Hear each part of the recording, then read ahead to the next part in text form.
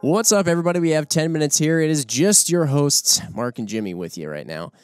We did a little podcast a while back, full-lengther. It was all about different optics for different hunts. And with the time of the year here, at least at the time of this recording, being around that fall time, and we know everybody's getting ready to hit the woods, we figured we'd break it out and just talk about one, a very popular style of hunting, whitetail hunting. And just go through the basic optic loadout that we would recommend, that we would use, just give you some food for thought in that area. So, Marco, what do we have on the table here? What types of optics do we have? And then we'll get into the specific ones. So, Jim, we've got some good ones here, and these are probably fall within kind of like our, entry-level type optics. Not to say that you can't go super high-end, because you can go as high as you want to go to get, different levels of performance. But these are optics that will get it done, and they'll do it well. So I guess that's what I'll say about that. So we've got 3 rifle scopes here. If you're going to kind of go good, better, best, we've got our Crossfire 2 3 to 9 by 40. We've got our Diamondback 4 to 12 by 40, and then our Viper HS 2.5 to 10 by 44. And you'll notice kind of some consistencies within the magnification range here. Not a ton of magnification. I'd say a lot of whitetail shots are taken with even bow distance type ranges. I know here in Wisconsin, and we're talking, shooting across a cut cornfield. I think the furthest shot I've ever taken is like 330 yards, which is sure a decent poke, but well within the capabilities of these magnification ranges. And again, not that a person couldn't get in a super long range scenario. You're shooting across some bean field, and if you're set up for it, go for it. But in most instances, I'd say rifle scopes like this will get it done. I think some people get freaked out a little bit, too, because it just depends on where you are and where you're from. Like here, if I saw 330 yards in Wisconsin, I'd be like, that's a poke right there. Right. 330 yards when you go out to Wyoming, where you can see for miles and miles and miles, you're like, I could throw a rock and hit that. Right. That might be your starting point. Yeah. Well, and it's all just, too, based on it's depth perception. It's all relative, But once you actually get in behind the scope and, you crank it up to 9 power, 10 power, 12 power, whatever, It does bring stuff in nice and close enough that you would be able to make a good shot. So. Oh, absolutely. And Jim, we were talking about this earlier. We did a podcast with some World War II guns the other day, right? Yeah. And we're talking about, okay, well, magnification is sufficient, for whitetails, most situation scenarios. We were shooting open sights, I'd say, pretty darn accurately out to 300. Repeatedly. On a 3/4 size IPSC target. Right. And then having impacts even at 400, right? So we're talking open sights, no magnification. So, right. 10 or 12 power, 9 power ought to get you what you need to do. So you talked about rifle scopes right away. Of course, the assumption here right now, we're talking about rifle season. If you are bow hunting, maybe a rifle scope isn't necessary. Other stuff we have here on the table for those listening, just right off the bat, we do have rangefinders, a binocular, and a spotting scope. So, Marco, what do we get into next? Maybe in order of, I don't want to say importance, but in order of absolute necessity. We talked about the rifle scope. Where would we go from there? If I was going to say absolute necessity, and I'd say for bow hunters, for sure, rangefinder. I mean, these days, you can get into a rangefinder. We got the Impact 1000 here.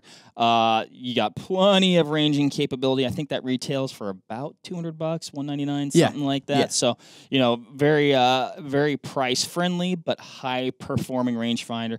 It's fast. You're getting angle compensated readouts. It's got a black LCD display. So just a really, really solid performing unit that isn't going to kill a person in their pocketbook. Now, we all know game can be super active early in the morning and late in the evening. And so we've also got the Ranger 1800 here.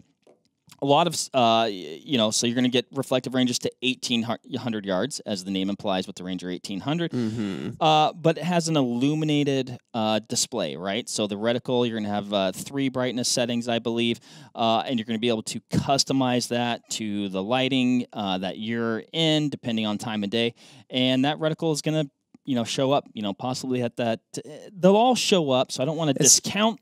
No, but it's not even just the reticle. It's also the numbers that pop up on the screen when you point the reticle where you want and you hit the range button. Right. Because I've used the Impact at low light scenarios, and it's like trying to I mean, a black LCD screen, imagine a calculator screen, right? Right. That's what you have without an illuminated background. And so try reading that when it's dark out. It's just a fact. It's a little more difficult. Especially when you have thick brush and timber and all that stuff obscuring. In the bright daytime, it's no issue at all, but it does get a little bit more difficult, and you might be able to get the reticle on the, animal or whatever it is that you want to range, but then you got to be able to read that and trust the number that you saw and not have to squint at it too much or take too much time. It happens fast. So Yep. The Ranger actually also has this clip on it. If you're watching on YouTube, you can see this clip on the side of the unit. Amazingly handy. I use the clip all the time. Oh, yeah. Big clip guy. Oh, yeah. Big clip fan. So I'm surprised you didn't say the next one in order of like absolute necessity would be the binos. Well, and that's going to be whether you're bow hunting or rifle hunting. If you're not carrying a good set of binos on your chest, you are doing yourself a disservice. And so that's probably, other than, the implement for aiming here with the rifle scopes or, archery hunters, you need to know the range. Rifle hunters do too, but I'd say that's a little less critical in the Midwest. Generally, you're going to get a shot where you may not need a rangefinder, or not always, And if you're shooting a caliber and a cartridge that's, hopefully something that stays pretty flat for the first 200 or so yards, you got a pretty good window of forgiveness there if you estimated incorrectly. Right. I'd say if you estimated, that deer looks like it's 100 yards away, but it's 150. Are you really in that bad of a spot if you. Right. Definitely there are definitely times where you do need it. I always have mine on me no matter what. Sure. But the binos there, though, you got to have a good set of binos on your chest. And these Diamondback, these are the 8x42s, Jim. So I'd say an 8x42 or a 10x42. I always edge towards a little bit more magnification, even though maybe I probably shouldn't. I know or it's not necessary. We've talked to optical engineers. We've talked to... You've used them yourself, and yet still you can't get it out of your head that you just feel this need for more. Because we can have it, Jim. But no, 8x42, you got just a phenomenal configuration, really, for a variety of applications. And in a closer quarter scenario, you're going to get a larger exit pupil, right? So, like if you're in the timber, things like that. I shouldn't have said closer quarter. I think the magnification there, but you're a little bit larger exit pupil going with the 8 power, and sometimes less magnification can be an asset. Well, when you say larger exit pupil, are you talking about? I mean, exit pupil in terms of it can help you a little bit in low light scenarios, right? But then also something that I think people confuse exit pupil and all this. Is another thing you get with lower magnification is a wider field of view. Right. Not because of the exit pupil, but just by nature of not being so zoomed in on something. Right. So, right. There's two different things there. But so, subject acquisition, right? If you're in the timber or even, looking 200-300 yards away, that's not that far for an 8-power binocular, right? So you're going to be able to pick up what you're looking at or... and just be able to glass more territory, even if you haven't spotted it with the naked eye prior. Yeah, we got to go back if you get the chance. Now, I'm having trouble recalling exactly, but you got to go back and listen to a podcast called Binoculars: Everything You Ever Wanted to Know with Mike McDowell. He also brought up a thing called twilight factor. It's very interesting. It's the eye's ability to discern movement and all these other things in lower light scenarios, and it goes against conventional wisdom or thought as to what magnification, objective size, and all that would be best in low light. It's an interesting thing. It would take probably more than 10 minutes even to get into if we were trying to describe it. But go back and check that one out if you're curious. But Mark, why is there a spotting scope on the table if we're talking about Midwestern hunting? That seems. I mean, we have a Diamondback 16 to 48 by 65. So not the biggest spotting scope on the planet, but a good mid-size spotting scope. But 16 to 48 power, though. We're talking about like 3 to 9 rifle scopes, talking about 8 power binos, and then we pull out this big daddy. So I'd say this is going to be for long-range observation, and this could be a scouting scenario. This could be during the hunting season, but you're trying to check out something, a piece of property that's really far away, and you just either can't get close at the time, or you don't want to get close at the time. And then a lot of people, we live in the modern ages here. People want to record things. They want to take pictures, Jim. And you can certainly use these spotting scopes as a long lens and catalog. Maybe you have a piece of property and you're trying to take pictures of all the different bucks on your property, and rather than be like, yeah, I saw a nice one today, or going off memory, I mean, you can really, start to break down the deer that you're seeing in different locations and get a good look at them and have those pictures. Yep. And we have an angled on the table. Angled tends to be most popular, just in general, of spotting scopes for us. But let's say around the Midwest, you're driving around the truck and you're trying to assess a property or whatever, a piece of land, and so you're just sort of parked on the side of a road. Mm-hmm. Which one is, again, I've seen people use both angled and straight out of a vehicle, and it just seems as though the angle at which you're looking out can depend. Yeah, I mean, you can certainly use an angled spotting scope on a car window mount. You've got the rotating collar here. Personally, if I was doing a lot of that, I'd probably go with a straight. It's obviously going to work in the field as well, but it's just a little bit more line of sight. It's a little bit more intuitive.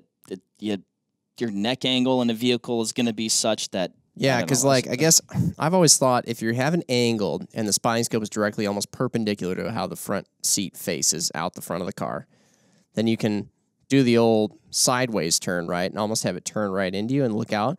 And then, of course, you're sort of looking forward out the windshield to then look out the side, which is kind of goofy. Yeah. But it is seemingly more comfortable than having to peer around the spotting scope and get behind it if you're looking directly out the side.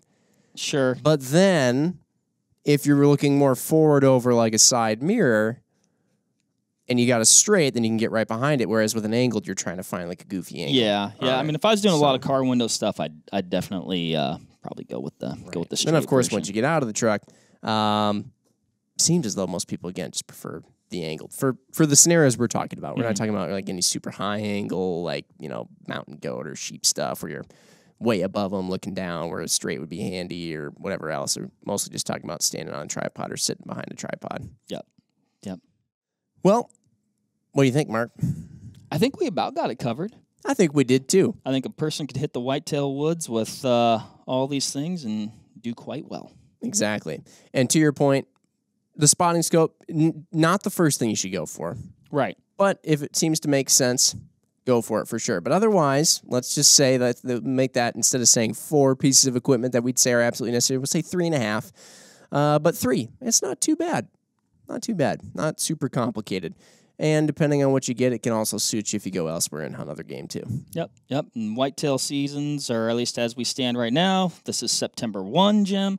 Dove opener here in Wisconsin and probably a lot of other places as well. The weather's still nice, so even though a lot of rifle whitetail seasons are a couple months out, if you've got the time to practice with your gun and get it sighted in now, it's nice to do because it's not freezing cold and there's not snow everywhere and you're not dealing with weather and all that good stuff.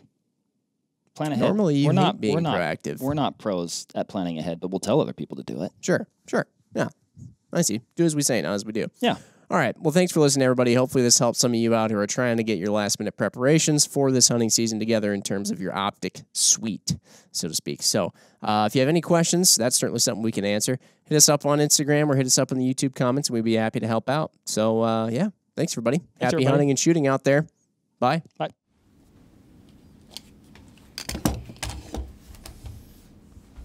Mark, you belong on QVC when you get talking about these things. Why? It's just like, well, your 3 to 9. It's a great rifle scope. It's got all these features. It's like I put you on the set of Home Shopping Network. I'm a rifle scope huckster, Jim.